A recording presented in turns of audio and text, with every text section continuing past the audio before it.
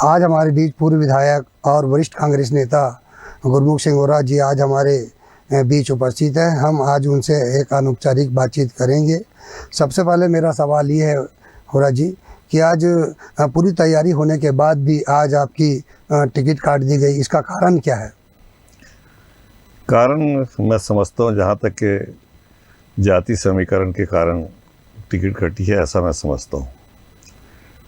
नहीं, इसके पीछे भी मतलब ऐसा कोई कारण तो नहीं है जो मतलब आपको किसी बात का संदेह हो?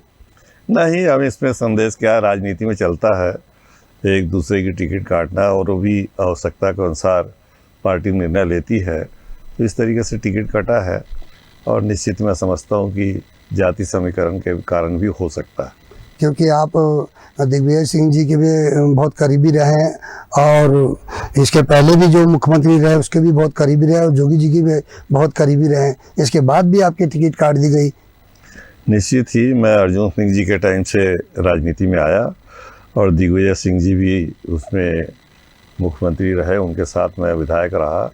तो जोगी जी के टाइम पे भी बड़े मेरे क्लोज रिलेशन थे। तो जहाँ तक के राजनीति का सवाल है, मैं सन 78 से राजनीति में आया हूँ, और मैं समझता हूँ कि जिस तरीके से कांग्रेस के साथ जो संबंध है, कांग्रेस पार्टी के जो मुझे दिया है, वो बहुत बड़ी चीज़ है।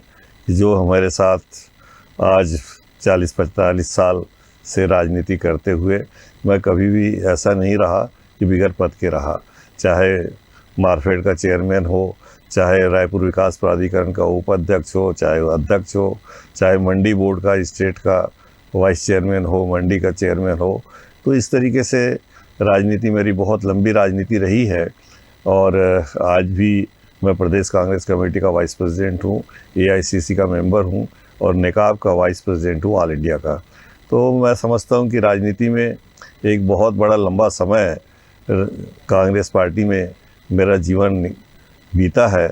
इसलिए मैं समझता हूँ कि जो भी कार्रवाई हुई है, टिकट कटी है, तो हाईकमान के नॉलेज में या तो सही बात लाई नहीं गई या जो भी कारण हो सकते हैं, मगर मैं कांग्रेस का एक सच्चा सिपाही हूँ और कांग्रेस के साथ हमेशा रहा हूँ, रहूँगा। नहीं, असंतुष्ट विधायक जो आज कांग्रेस से जो हुए हैं, क्या उसको मनाने का प्रयास करेंगे क्या?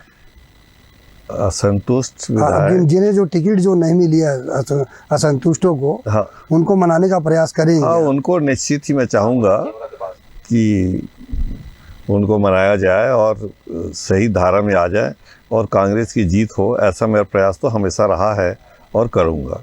अभी आज कुकरेजा जी भी आज नामांकन अपना भरने जा रहे हैं निर्दलीय प्रत्याशी के रूप में, इसके लिए आप क्या कहेंगे? आप निश्चित ही कुकरेजा जी के फादर जो हैं आनंद कुकरेजा मेरे पुराने साथी रहे हैं, और सन 78 से मेरे साथ एक संबंध है। तो मैं प्रयास करूंगा कि जो कुछ हुआ है वो अपनी जगह ठीक है, मगर पार्टी के हित में, कांग्रेस के हित में अगर विड्रॉ करने का काम कराना है तो उसका प्रयास करूंगा। और भी कई साथी हैं जो कि फार्म भर रहे हैं, उनसे भी मैं निवेदन करूंगा कि आप अपना विड्रॉ कर लें, ताकि हम ज़्यादा से ज़्यादा सीट पे विजयी हो पाए। जिस तरह से लोकसभा में महिला आरक्षण बिल पास किया गया, उस हिसाब से कांग्रेस में टिकट महिलाओं को नहीं मिल पाई, इसका कारण क्या है? अभी एक तो अचानक मोदी जी ने निर्णय लिया, और हुआ निर्णय सही तरीके से बांटने की, टिकट बांटने की बात आई। तो अभी जो प्रयास हैं एक तो कर रहे हैं, और उस प्रयास में अब अगला जो चुनाव आएगा वो दिखेगा कि जो सही ढंग से वितरण हो और ज़्यादा से ज़्यादा महिलाओं को टिकट मिले। भाजपा का ये आरोप है कि कांग्रेस सरकार ने विकास काम में जो तेज़ी जो लाना था, उस तेज़ी से जो कार्य नहीं कर पाई है, इसके पीछे क्या कारण है? देखिए, एक तो सबसे बड़ा कारण ये है कि किसानों के हित में जितनी राशि दी गई और जितना प्रयास किया गया कि किसानों को उन्नति हो और किसानों की एक लाभदायक काम हो, तो निश्चित ही उस तरीके से राशि, जहाँ कर्जा माफ़ की बात हो, चाहे अपना आपका सब्सिडी कहता हूँ, जो राजीव गांधी के विकास कार्यक्रम में जो किसानों को राशि दी गई, ये सब भूपेश बघेल की देन है, ताकि किसानों को उन्नति हो। और निश्चित ही आज जो किसानों को पैसा मिला है वह पैसा मार्केट में आता है, और मार्केट की भी जो सेल परचेज वाली बात आती है, तो वो पैसा किसानों के घर पे नहीं रहता, वो मार्केट में आता है और उस सबके सेल परचेज के काम में आता है, तो मार्केट में भी उसका एक लाभ मिलता है लोगों को। इसमें भाजपा ने एक और आरोप लगाया है कि जो सरकार ने जो कर्जा माफ़ी के बारे में उन्होंने कहा है, वो सीधा सीधा एक ढकोसला है। ये भारतीय जनता पार्टी ने जिस तरीके से किसानों को देने की बात कही थी, वह राशि तो किसानों को दिया नहीं, और भूपेश बघेल ने जिस तरीके से घोषणा किया और उस तरीके से जो राशि किसानों को मिलना चाहिए था उनके खातों में पैसा मिला। और सबसे बड़ी बात कि उन्होंने बड़े सिस्टम से किसानों को कब कब राशि की ज़रूरत पड़ेगी, वो राशि उन्होंने समय में 4 बार किस्तों में बांटा, ताकि किसान सही ढंग से उस पैसे का उपयोग कर सकें।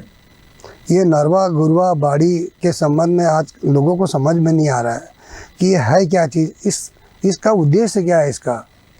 नरवा गरवा घुरवा बारी निश्चित ही ये भूपेश बघेल की देन है, क्योंकि गांव में गोबर होता है, गोबर का कहीं उपयोग नहीं होता था, तो गोबर भी खरीदी की बात कही गई और 2 रुपये किलो गोबर खरीदा, उसका खाद बनाया, खाद बिकने के बाद वो राशि वहाँ के जो वर्कर हैं उनको मिला, ताकि उनके भी रोज़गार घर बैठे मिले। तो इस तरीके से जो गोबर का उपयोग है वो हुआ है। और इसी तरीके से जो नरवा घुरवा जो बारी जो है, बारी जो बनाए कि उसमें सब्जी भी उगा रहे हैं, अंडे भी निकाल रहे हैं, मुर्गे भी पाल रहे हैं। तो इस तरीके से सभी तरीके से लोगों को पैसा मिले और कार्य में वो लगे, उनको बाहर ना जाना पड़े, घर पे भी बैठे बैठे उनको रोज़गार मिले, इस तरीके का जो कार्य किया है।